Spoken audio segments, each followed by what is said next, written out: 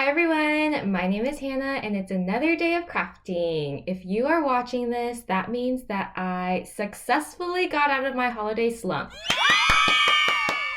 I've been in this sluggish state for several weeks now, starting end of December 2021. Basically, anytime outside of work, you would find me 180 degrees, parallel to the floor, binging Netflix dramas. And maybe that's exactly what I needed at the time, but I'm very happy to be doing something else other than TV. It took a lot of mental energy to get out of that state, but I had so many ideas to kick off 2022, and then this slump just hit me. So now I'm just trying to take it day by day. For my first video of 2022, this was actually a request from a friend. This is my first project request ever since I started this channel. So my good friend Jeanette, right here, she asked if I could make something similar to this calendar that she found on Etsy. So this is our inspiration for today's project.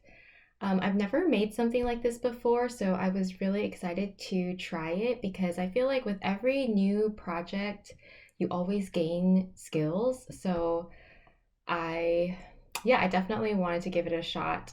I think that's pretty much it. Let's go ahead and get started. First, I checked out Facebook Marketplace and came across this black acrylic sheet. Jeanette came over with some boba and we got to work. We used a hairdryer to warm up the backing starting from one corner, and once I got the corner up, the rest was pretty easy to take off.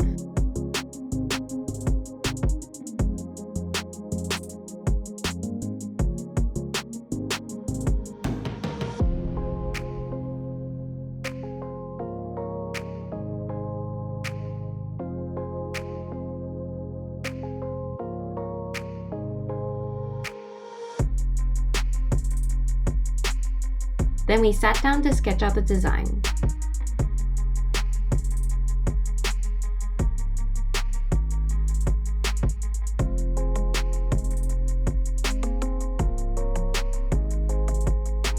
After a couple sketches, we finalized the layout. We pretty much stuck with the Etsy design, but added an additional to-do section with checkboxes.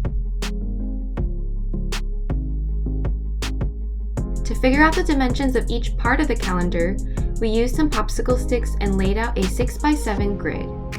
We wanted to make sure we were happy with the calendar size, but left enough space for the to-do and notes section. Once we were happy with the layout, we took down the measurements. Time to turn our design into reality. I did not trust myself or even my paper cutter to cut perfect strips, so I got my trusty Cricut to do the magic for us. I'm using removable white vinyl here so that I could easily remove it when, not if, I mess up. Each row is 2.5 inches tall, so we are marking each row with these little sticky notes. To ensure parallel lines, we placed another set of sticky notes along the middle of the board. Jeanette laid down the ruler from one sticky note to another and pressed down, while I placed the vinyl along the ruler very carefully. Lots of teamwork here for these parallel lines. This is all we got done in one day, so a couple weeks later, I picked up where we left off.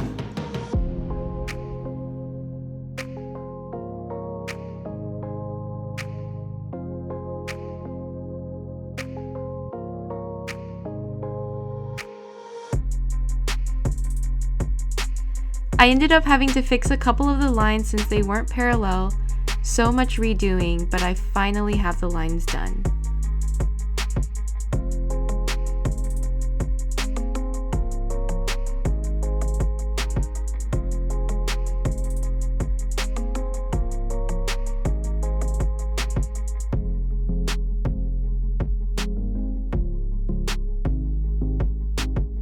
I thought the words would be really quick compared to the lines, but it actually took me a while to settle on a font. I was looking for a font where each letter is the same width, but didn't love any of those. I ended up going with this font, which I will link down below.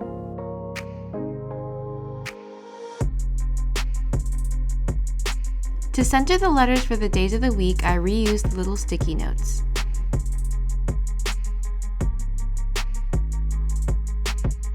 I'm usually a perfectionist when it comes to this kind of stuff, but I ended up eyeing a lot of it because each letter was a different width. Definitely had to recut some of them.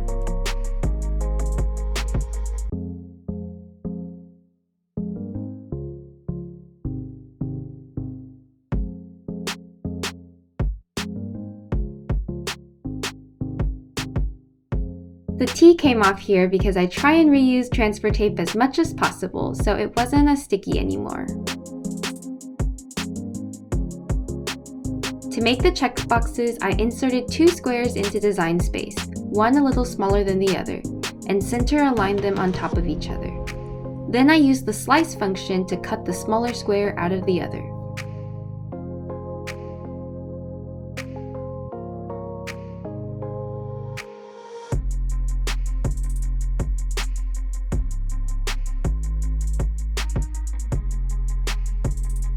For the months, I used the first 3 letters of each month. Since some letters are longer than others, I only worried about equal spacing between each month.